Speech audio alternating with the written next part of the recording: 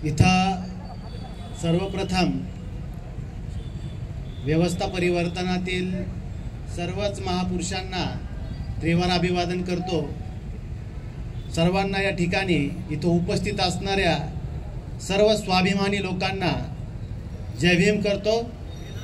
सर्वांनी एकदा या व्यवस्थेच्या विरुद्ध, ह्या जातीवादाच्या विरुद्ध जोरास असा जय भीमचा जयघोष करायचा आहे की तुमच्या या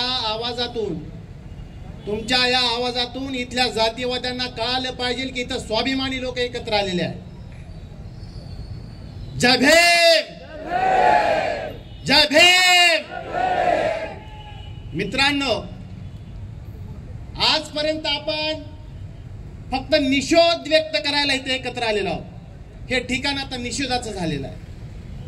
आनंदासाठी इथं कधीच आपण एकत्र आलेलो नाही की काहीतरी आनंदाचा प्रसंग घडलाय आणि आपण या तीन हत्ती चौकामध्ये येऊन इथं व्यक्त केलाय। आजपर्यंत असं घडलेलं नाही। मग आपल्याला करायचंय का? आज संकेत भोसलेचा खून झाला। खून झाल्यानंतर हा विषय आपल्याला माहित नव्हता। सोशल मीडियाच्या माध्यमातून आपल्याला हा विषय कळाला। हे अन्याय अत्याचार होऊच नयेत म्हणून मी काय केलेलं आहे? आपल्याला हा स्वतःला प्रश्न विचारायचा आहे।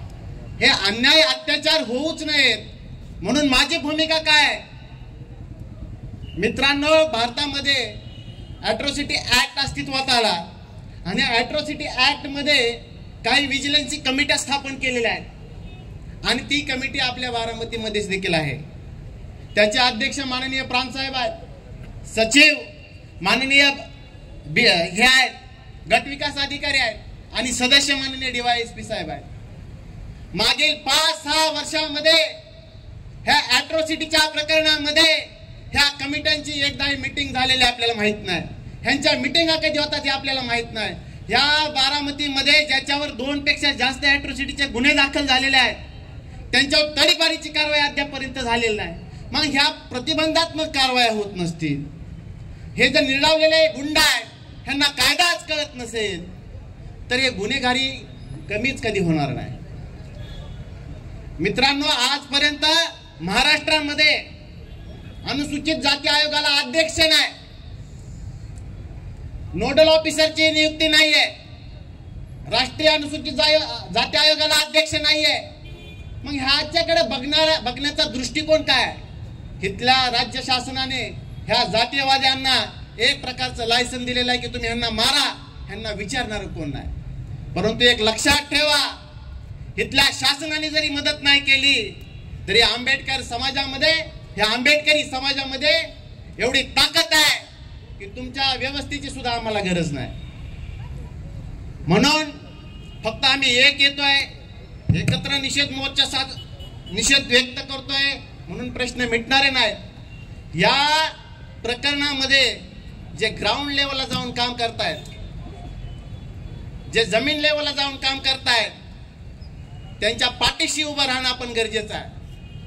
महाराष्ट्रामध्ये 632 खून प्रकरण आहेत। या 632 खून प्रकरणामध्ये अद्यापपर्यंत न्याय मिळालेला नाहीये।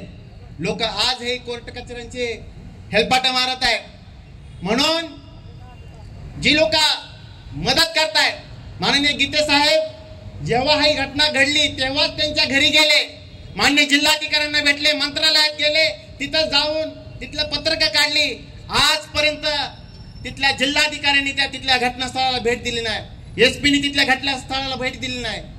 इथले निर्डावलेली व्यवस्था इथं झालेली आहे। त्या सर्व व्यवस्थेचा या ठिकाणी निषेध करतो आणि जे कोणी याच्यामध्ये दोषी आहेत की ज्यांचा आरोपी म्हणून नाव घेतलेलं आहे, त्यांना मदत करणारे जे लोक आहेत त्यांना लवकरात लवकर पोलीस प्रशासनाने अटक केली पाहिजे। आणि याच्यामध्ये मुंबईमध्ये माननीय BG बनसोडे साहेब, ॲडव्होकेट केवल उके साहेब या घटनेवर लक्ष ठेवून आहेत।